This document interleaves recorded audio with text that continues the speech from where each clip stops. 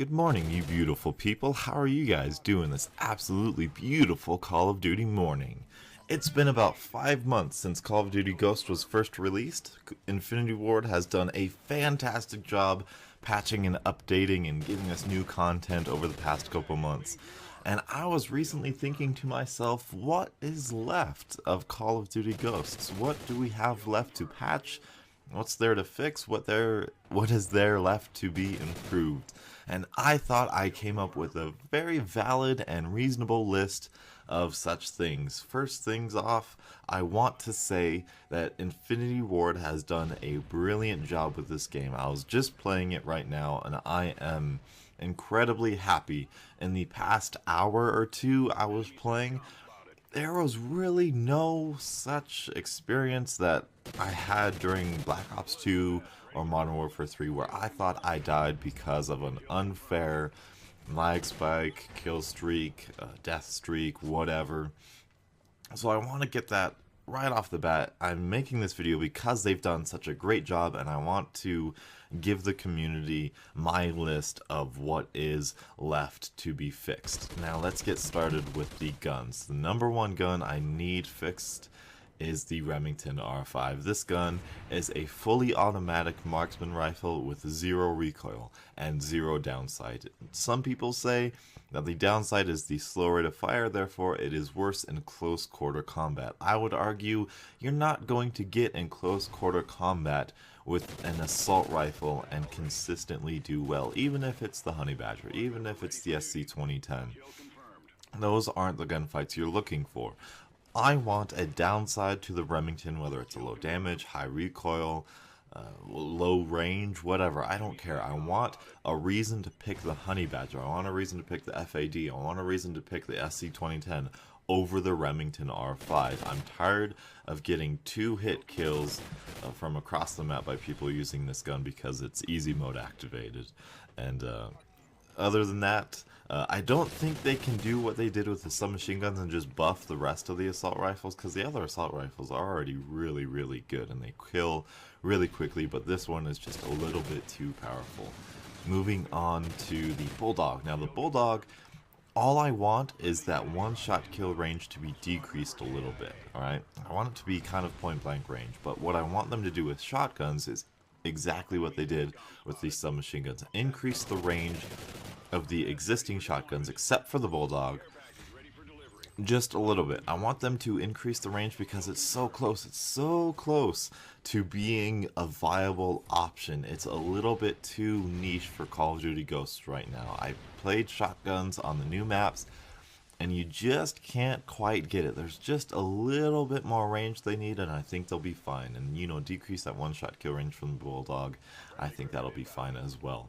Now the M27 is the next one I think needs to be fixed. I think this one needs to have less damage or more recoil. I would prefer less damage because in my eyes the M27 is kind of like the ACR. If you go back to Modern Warfare 3, you will see that the ACR took a lot of more shots to kill than the other assault rifles. It had a very, very low damage. You had to stay on target, but because it had a low recoil, it was balanced.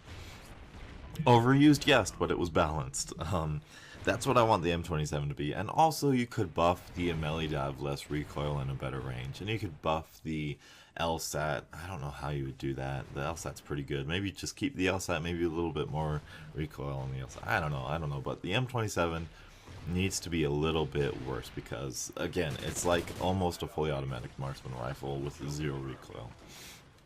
Just a little bit less damage. And I think as far as guns go, I believe those are the top 3 that need to be patched.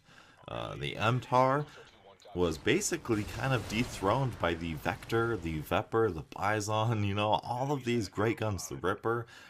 All of these great guns beat the MTAR. Now the MTAR still, I guess, is the best one, but now it's more viable to use these other ones. Now it's not as big of a gap between the MTAR and the rest of these submachine guns, which is absolutely great. Now I want to move on to kill streaks.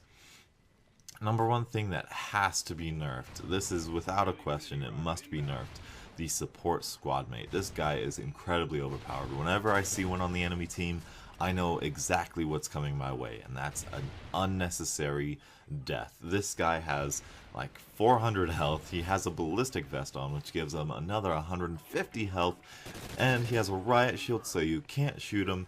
Plus, he can whip out his pistol faster than you can react, and he can two-shot kill you without missing. Now, we nerfed this a couple ways. Obviously, we need to take down his hit points, his health. We need to give him less health.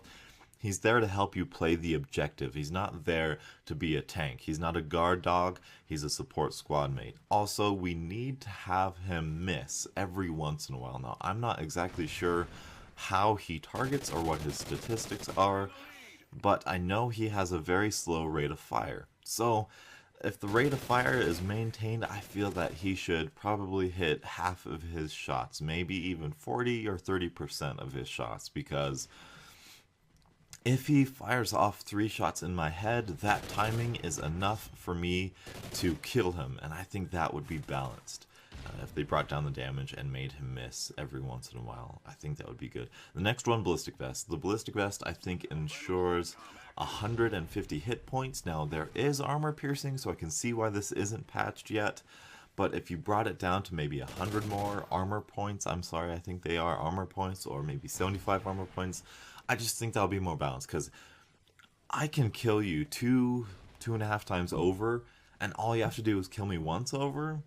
That's kind of incredibly overpowered. I know the headshots still count, which is nice, but if they just brought it down that little bit more, I think it'll be more balanced. Ballistic Vests are still overpowered. The last kill streak I think is overpowered is the Oracle. Now, I don't know exactly what to do about this, and I'm okay if they leave it, but I think they should pull a Black Ops 2, and I can't believe I'm saying this, but it should only outline people who aren't moving, and I think that'll be balanced, because so many times I'll be back in the enemy spawn, running around, doing my thing, and then an Oracle is put up, and I just die, because the guy got 14 kills or 10 kills in 4 caps, or whatever the new awesome point streaks are right now. I love those half points. Thank you, Infinity Ward. It's awesome. Kill Confirmed is one of my new favorite game modes, by the way. Now, kill streaks that need to be buffed. There's a lot of them, alright? The Assault kill streak package, I guess, has a lot of fixes. The Guard Dog, I guess the Guard Dog needs to be nerfed, by the way, as another nerf. A little bit less health, I think that's the way you do it, other than changing its artificial intelligence completely. The Guard Dog is a whole nother can of worms that I don't even want to get into right now, but we need to buff, number 1, the Trinity Rocket. There needs to be a blue or a triangle or something different about the person that you are targeting so that you don't misfire your Trinity Rocket. It's 3 Predator missiles, it is 7 points. I should know who I'm targeting. I think that'll balance it out, and I think that'll be fine. It's good as it is now. I think that'll make it great, though. I think that'll make it balanced. Sentry Gun. Sentry Gun needs to react quicker. As soon as it sees someone, instead of very monotonously, very slowly going back and forth, it needs to be quick, and it needs to be on target right away. I shouldn't be able to run past a Sentry Gun. That's not what it's for. It's meant to hold a very clever line of sight, and we have 9 bags, which are EMP grenades, which can take them out, and you can get behind them easy. You can pop in and out of cover super easy, and all I want is it to react a little bit quicker, so it makes that a little bit more difficult. It's a 7-point streak, so it needs to be worth that 7 points. And which brings me to the Vulture. The Vulture is an animal that is devouring of dead carcasses before anyone else can get there. But in Ghost, it's a 9-point death streak. That's worse than the Guard Dog. It's so slow, it lags behind you, 10 feet behind you when you're just running with like an LMG. It needs to be faster, it needs to maintain with you, it needs to watch your back. Every single person it sees in its line of sight, it needs to be super quick, super fast, it needs to get on target and not sway, not miss.